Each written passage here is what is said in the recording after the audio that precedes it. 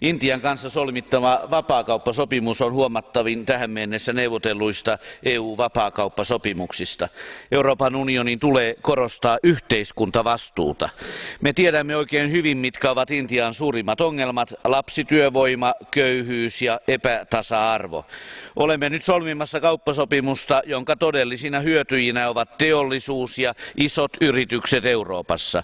Eurooppalainen kuluttaja varmasti kyllä hyötyy Intian halpatyövoimasta esimerkiksi tuotteiden alhaisempina hintoina, mutta sitä ei tulisi sallia intialaisten alkutuottajien ahdingolla. On tekopyhää väittää, että Eurooppa olisi yhteiskuntavastuun edelläkävijä.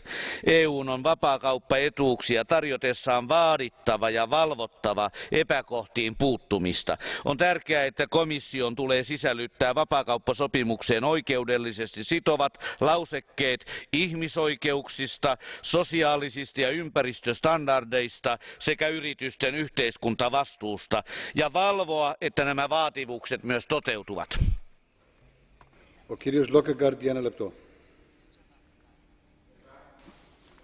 Det er jo interessant og på sin vis charmerende, at der stadigvæk findes medlemmer af det her parlament, der kan være imod frihandel. Det synes jeg da på en eller anden måde er fantastisk. Men jeg vil erklære mig som fuldt støttende. Jeg vil sige, at frihandel er vejen frem, og det er også det, der skal vise vejen frem i forholdet til Indien. Når det har varet så længe, skyldes det selvfølgelig, at der er problemer.